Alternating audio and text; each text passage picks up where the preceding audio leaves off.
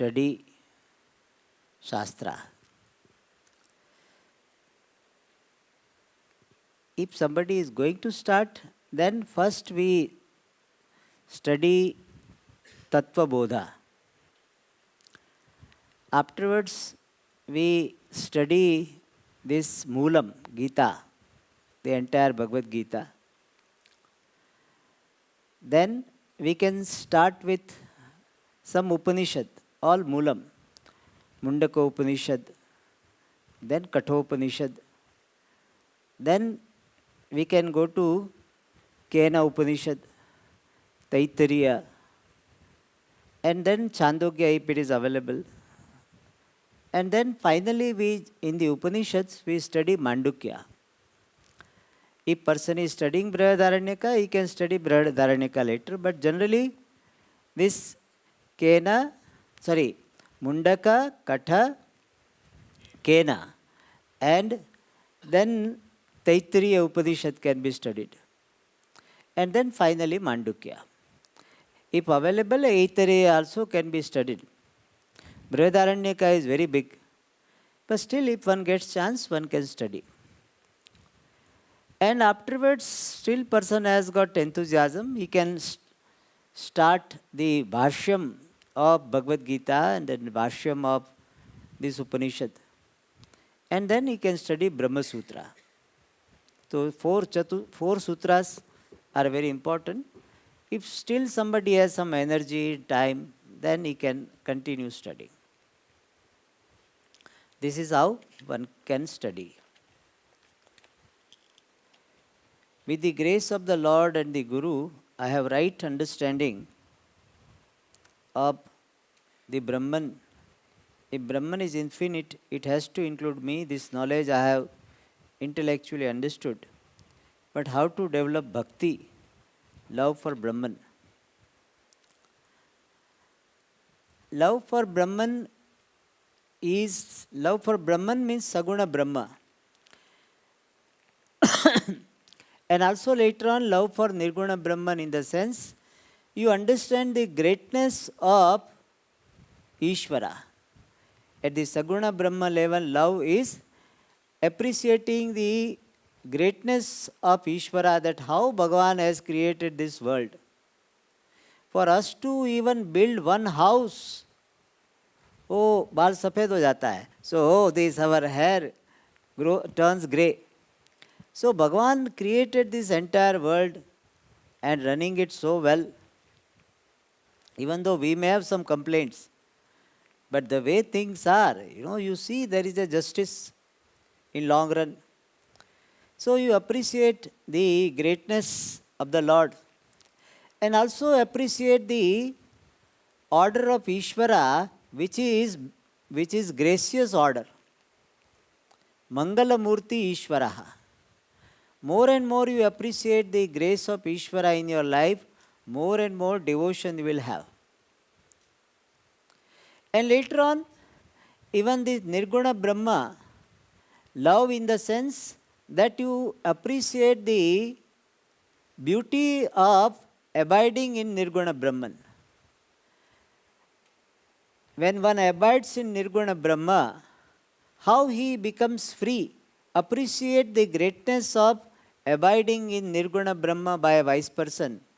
And later you say, when I abide in Brahman, there is no samsara for me. So appreciating the beauty of abiding in Nirguna Brahman will develop the value for Nirguna Brahman, devotion for Nirguna Brahman. And that devotion will culminate in to the discovery of that limitless Brahman being myself. So in that form, in that manner, we can develop love for Ishvara. But it is better first we develop love for Saguna Brahma Ishvara. Then only this pursuit will continue. Because in pursuit of knowledge, this pursuit of moksha, there will be so many ups and downs. And if you have bhakti in your life, you will be able to sustain. You will be able to go through all challenges. Bhakti, which is love, Love is a very great sustaining factor. Out of love, mothers, put up with so many challenges, so many difficulties. Love keeps the person going. So devotion for Ishvara is a very great sustaining factor. And therefore, understand the beauty of love, love for Ishvara. More and more you understand the beauty of this love for Ishvara and also the beauty and greatness of Ishvara, you will have love. And also you pray to Bhagavan, "Oh Lord, please help me discover devotion for you." At least that much devotion we should have.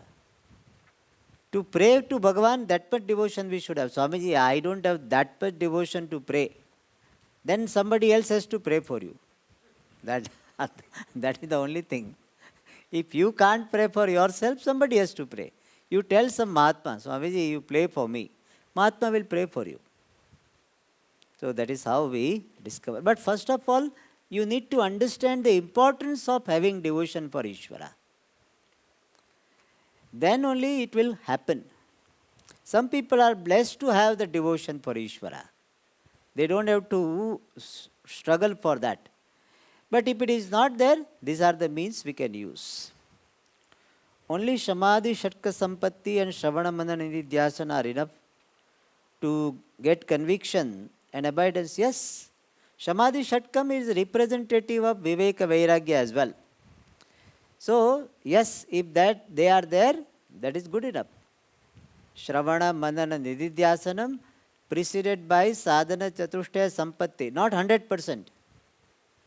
Critical, like how for passing you don't require 100%. But here passing standard is little high, 35% will not work. some people say 35 also grace mark. So 5 grace mark. So one needs to have this sufficient amount of this sadhana chatushtaya sampatti. But Swamiji, how do we understand sufficient means what? How do we know that I have sufficient sadhana chatushtaya sampatti? There is no measurement, blood test or any test is not there, or machine is not there.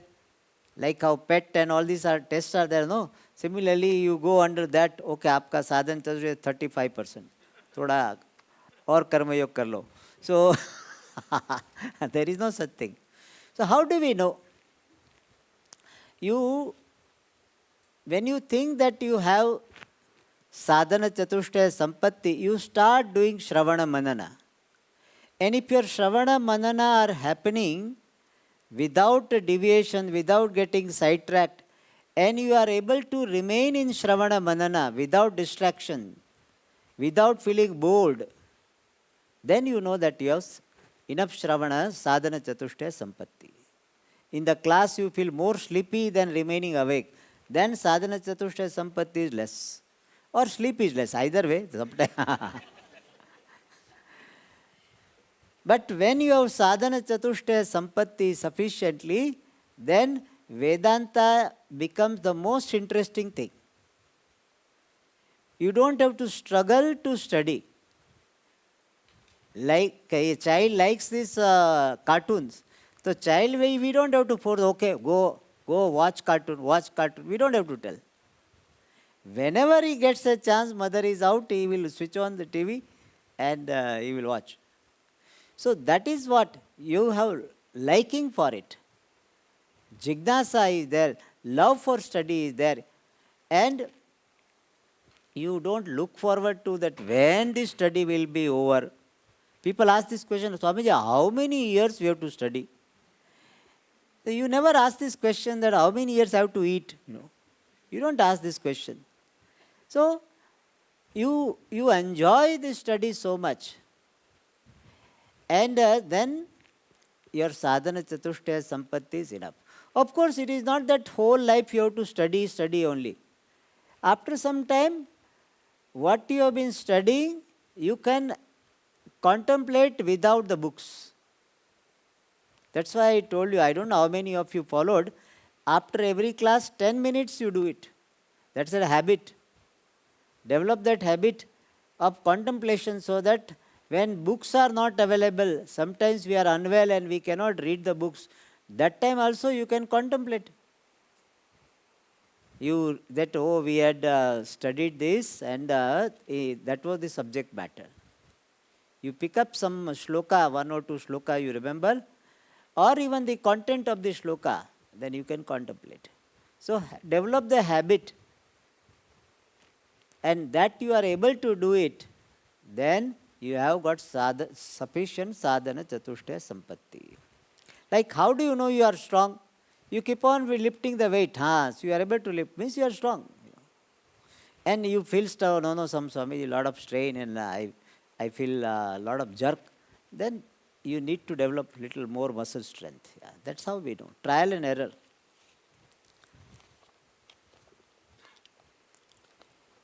In class, you referred to 4 types of bhakta. Please give a brief about the 4 types. This is based on Bhagavad Gita. Chaturvidha bhajante mam janas sukriti norjuna arto jignasur artharthi gnani cha bharatarshaba. So Bhagavan says there are 4 types of devotee. First one is artaha. Artaha means one who is afflicted. Bhakta in trouble. We have generally give the example of Draupadi. She was in trouble. Her own husbands, 5 husbands, not one husband, 5 husbands, but none of them was useful. And that time when she was in trouble, he said, Hey Govinda. So that is the example of Artha Bhakta.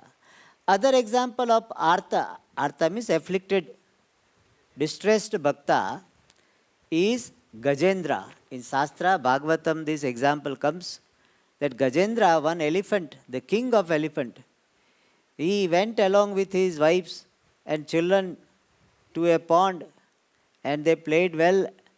And in water, the elephant likes water so much. And then one crocodile came and caught hold of this leg of this elephant.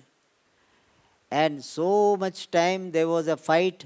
The elephant was trying to drag his foot to the ground, and the crocodile was trying to drag it to the water. Chara prahara juddha bhayo le gayo mazadare. He Govinda, he Gopala. There is a nice bhajan of Surdas. So there was a fight, and then slowly the strength of elephant was getting reduced. He was becoming weaker and weaker. He asked for help to his wife, children, friends. Nobody could do anything. Then he said, Hey Govinda, he tells. And they say that he said Govinda. By the time the was complete, Bhagavan came. So that is the example of Artha Bhakta.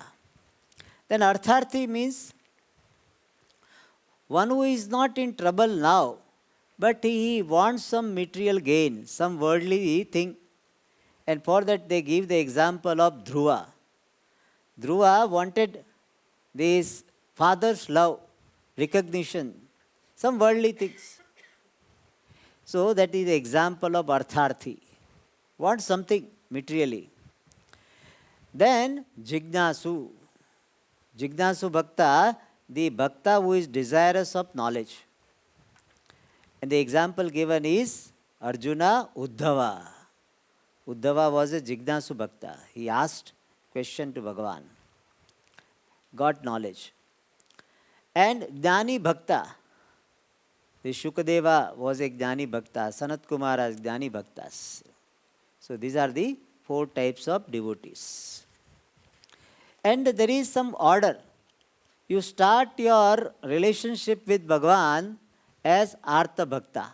In fact, that is how we started. When we had exam, and that time, during exam time, the temple is crowded. That people go there. And the Pujari also said, so Bhagavan okay, but study. So we go to Bhagavan at the time of exam. So that is Artha Bhakti.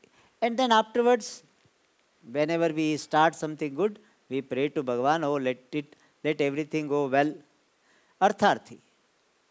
And then slowly we develop the Jignasa. desire for knowing Ishvara. We become Jignasu Bhakta. And Jignasu Bhakta alone will become Jnani Bhakta. These are the 4 types of devotees.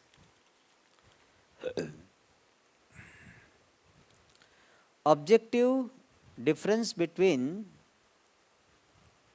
or meaning of Shama, Dama and Uparati. Shama means mastery over the mind. Mind is available to focus, to be applied as and when required. There is a mastery over involuntary thoughts. So certain thoughts keep coming, and many of them are dragging us to something which is harmful to us.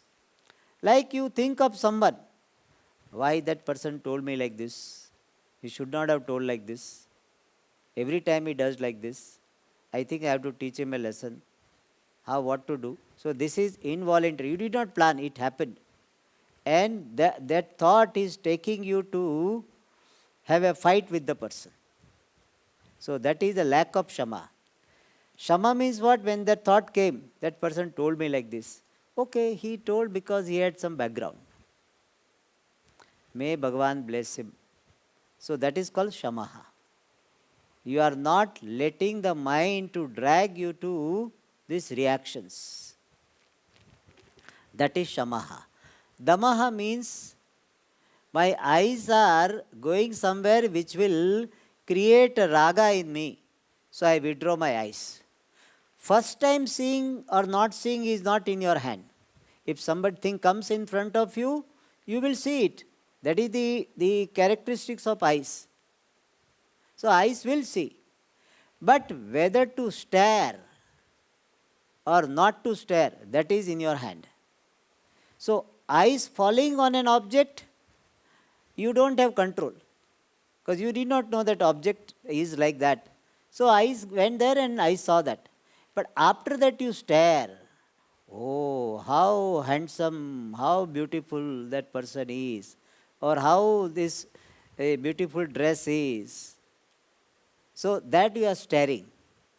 And that creates a raga in you. I want to have that dress. So you withdraw wherever you need to withdraw. Another example is some people are talking against somebody. Your ears fell there. Means your ears heard some particular gossiping happening. You were passing by and you heard that that person is not good. I don't know why he is in the ashram. So you heard that. Then your damaha means what? You just go away from that. And not having dhamma means what? You stay there and very intently listen. What? And you listen little bit from distance so that they don't know, so they will continue. That is called lack of dhammaha. Dhammaha means that why should I bother about them? What? They are talking about someone. But some people are so much interested. That is called juicy gossip. They have got the word also for that. Juicy gossip. And the juicy gossip people have got shallow mind. So they will be remaining in that only. They will talk about this person, that person, that person. And you know what is the conclusion? In the world, everybody has problem. Except me. So, or I am not the only person who have got problem. Everybody has problem. By having this conclusion, you never grow in your life. Because all are wrong, I am also wrong. What is wrong with my being wrong when all are wrong? That type of thinking. And that is not the thinking which promotes growth. And therefore, damaha means when such things are happening, you withdraw. And titiksh uparati. Uparati means withdrawal from unnecessary activities. Not only hearing, etc. Unnecessary activities. Some people, while sitting also, they have to move their legs. Or when they are going, they will be plucking some leaves. Unnecessary. So, doing the activities which are necessary for my growth, not doing anything which is not promoting my growth. So, that is called uparati. And another meaning is uparati means sannyasaha. So, withdrawal from other activities so that I am available for this pursuit of Vedanta exclusively. That also is the meaning of uparati. Among the 4 ashramas, which ashrama is more ideal, supportive to the adhyayana, supportive to realize, what is that? Who has asked this question? Satyanarayan. Which ashram is supportive to realize the adhyatma, that is non-duality between self and, okay. So, it depends upon the person. If person has got sufficient vairagyam that he doesn't require any emotional support, he doesn't have the dependence upon so much material comfort and all, then person can take sannyasa if he is not married. If a person is married, he cannot take sannyasa unilaterally. Marriage is a contract. The contract can be cancelled only with the mutual agreement. So, if person is not married and he has a choice, family also, parents also support that idea, can take sannyasa. Or even after marriage, if wife is no more or husband is no more and they want to dedicate to this, they can take. Or wife is fed up with the person or husband is fed up with the person, bole tum sannyas le lo. So that if that type of situation happens, you can take sannyasa. But don't create the situation. So Swamiji, kal se yahi project shuru karunga. My wife will tell you, get out. So, and also it requires some prarabdha. Sannyasa requires some prarabdha. Grihasthashram also requires prarabdha. Everybody is not able to become grihasthis. They want. Many people want to get married, not getting the alliance. 30, 35, 30, 40. So, not getting also. That all both are there. So, prarabdha is there and also samskaras are there. But one thing is that wherever we are, we can definitely study Shastra and we can grow. How much we can grow depends upon so many factors. Ashrama is one factor, is not the only factor. Some people in sannyasa ashrama also they don't grow. And some people in grihastha ashrama also they grow. Both possibilities are there. So ashrama is one of the factors in promoting the growth. It is not the only factor. For a beginner in Vedanta, for 15 minutes each day, which scripture do you require to get studied with a systematic manner? Tattva Bodha you can start. Yes. How do I find this? How do I find my Swadharma? Swadharma, no? Who has asked this question? How do I find my Swadharma? I am a software professional. Yeah, software professional. See, you are a professional, so you see that as a professional you have some script. Means whatever company you are a self-employed or you are working for someone. Both. Achha, that's something great. Okay. So, you have responsibility, you have a responsibility to your clients, customers, and if you are working for someone, you have responsibility to them. Be loyal to both of them. That is your script. That is your Swadharma. And over and above, you will be having the role, family role also might be there, as a daughter or wife or whatever if the case may be. So you as a daughter or as a family member, you will have some script to follow. So that is your Swadharma.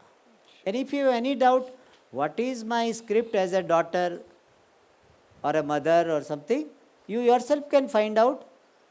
And generally, our knowledge is not a problem. Implementation of knowledge is the problem. Most of us know what it means to be a good son, a good daughter. Mostly we know. Only thing, we are not able to implement the script of a son, of a daughter. Otherwise, we know most of the time knowledge is not the problem. But still, if you get a doubt, as a son, Swamiji, is it my duty or not duty? Is it, as a daughter, is it my duty or not?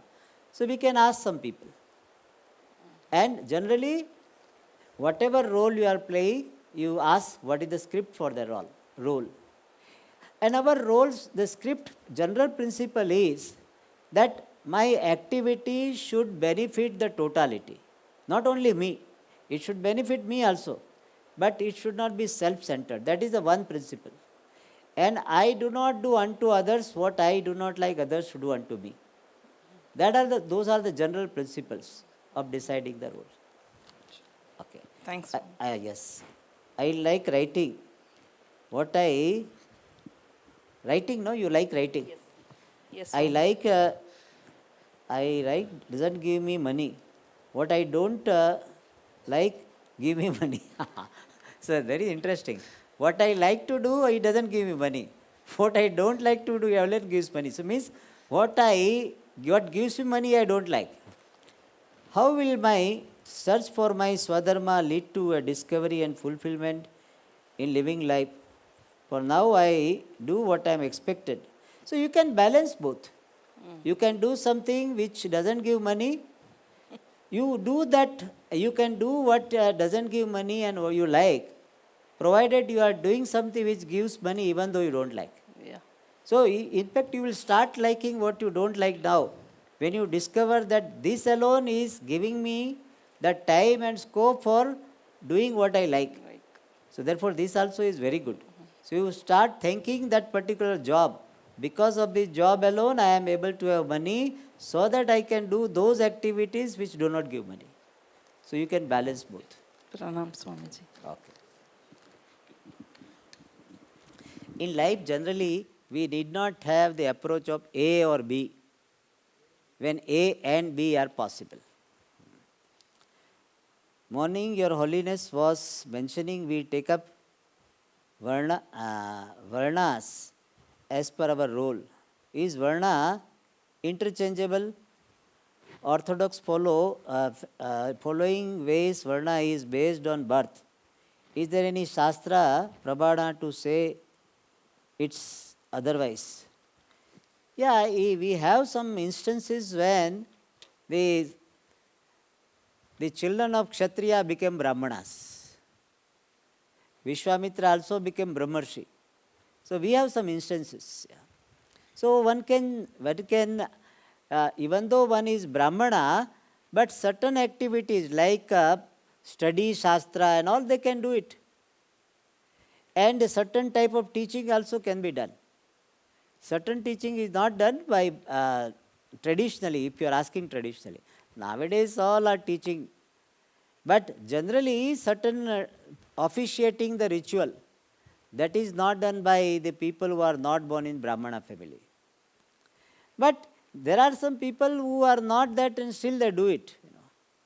But if you ask me as per Varnashrama, there are certain rules and regulations regarding that. But here when we are talking in the context of spirituality, so you can definitely study Shastra whether you are Brahmin or not Brahmin. It doesn't matter. Whether you are a male or female, this study of Shastra is permitted to all. Moksha is available for all.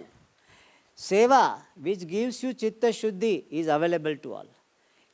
Maybe it is not that you can do this puja in the temple, but it is not the temple, the doing puja in the temple alone gives Chitta Shuddhi.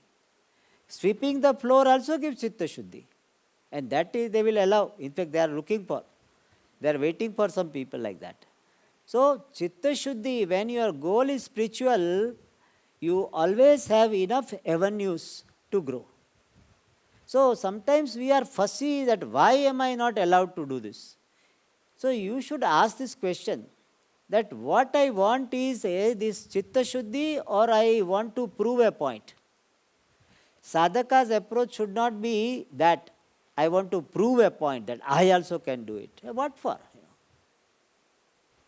So sadhaka's approach is, let me grow by the activities which is necessary for growth.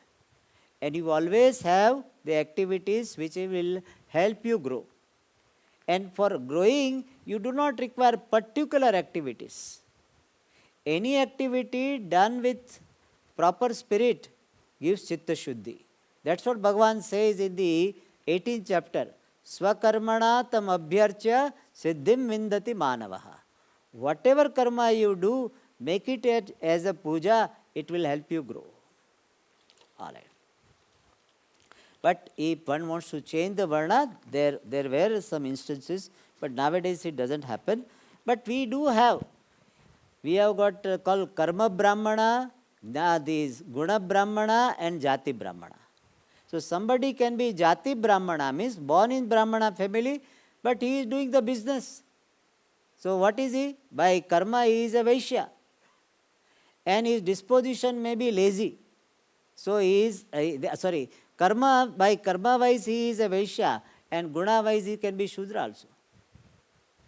And therefore, it is not necessary that person is born in Brahmana family will have guna of Brahmana and karma of Brahmana. Sometimes it doesn't happen. Mismatch happens. So it is possible.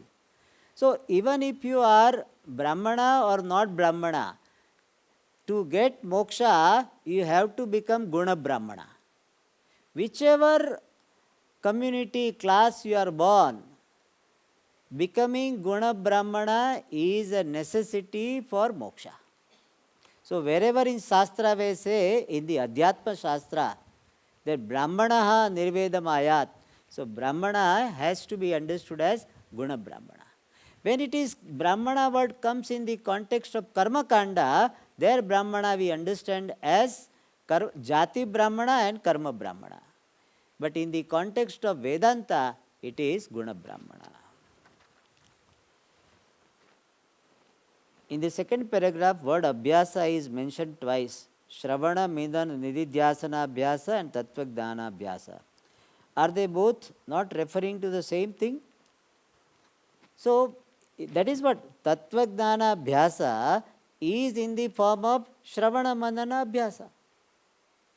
Tattvajnana Abhyasa or Jnana Abhyasa is in the form of Shravanadi Abhyasa. Therefore, Rupa word is that. Shravana, Manana, Nididhyasana, Abhyasa, Rupa, Tattvajnana Abhyasa.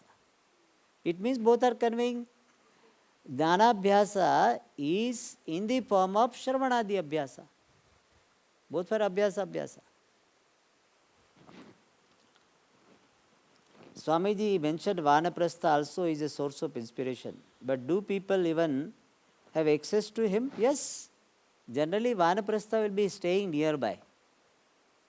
In the forest, in the near village. In fact, the generally outhouse, they used to have outhouse or sort of guest house or something. They used to stay like that. So near the parents. So sometimes they will get food from the children only, not parents, children. So they will be source of inspiration. Before one comes to Vedanta is the fact that I am limitless. Anywhere there is one's subconscious mind. Is the fact that I am limitless anywhere there in means a person has got I am limitless in subconscious mind? Can be there. Puja Swamiji used to say that we have some glimpse of the wholeness. In the moment of happiness, we have this, I am the whole. But it is not recognized. It is experienced but not recognized. Sometimes it happens that you experience something but you don't recognize that thing. You experience Prime Minister there in front of you, but you don't recognize the Prime Minister. Possible or not? So similarly, we have got the experience of the wholeness, but not the knowledge of wholeness. In fact, Puja Swami said that is the basis for us to continue our search. Kahin to hoga. That thinking comes. And could that be the reason that one is uncomfortable? Yes. Unhappy. Swamiji mentioned Dashanama Sannyasa. Is there any reason behind the use of Ananda in the name? Every time it is not Ananda alone is used. Sometimes Ananda is not used. Like with Bharati Tirtha, Ananda is not there. So generally used is Saraswati, generally we find that Ananda is used, but every time Ananda may not be there. Generally is there. The purpose of Ananda is the sannyasi is supposed to be, abiding in the Atma, which is Ananda Swarupa. That is the reason. Therefore, all Atmananda. Only thing this my name is SADATMANANDA. So Puja Swamiji himself told, I was told, I have not heard, but Puja Swamiji told in one of the Vivek Chudamani class, somebody told that I gave this name Sadatmananda. So something he said, yeah. So Swamiji has said, so I have to listen to that. So he meant Sadatmananda because my guru's name is Brahmatmananda. So Sad Eva Brahma, so perhaps he must have thought that Brahmatmananda is Sadatmananda, something like that. So he must have thought something like this. He used to have some thinking behind. When he gives the name, he will have some connection. So he must have thought and they gave name. Alright, but Ananda has this meaning that he is abiding in Ananda Swarupa. Alright. All question answered? Anybody's question remaining?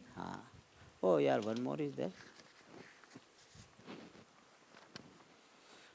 During the Arti, we chant Na Tatra Suryo Bhati. What is the meaning of the Veda mantra and how it is related to Arti?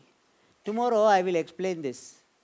We are going to talk about Chidatma, so that time I will explain. Yes.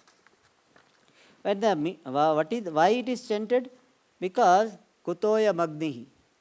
In that mantra it comes, when the sun cannot illumine, when moon cannot illumine, how can this fire? So we are showing our humility. That when big source of light are not able to illumine you, then what to talk about this Karpura, 1 rupee Karpura, he can. So still I am attempting. That is the idea. So we'll see tomorrow.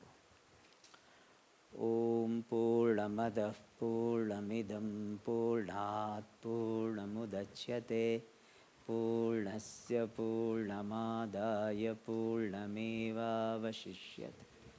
Om Shanti Shanti Shanti. Hari Om.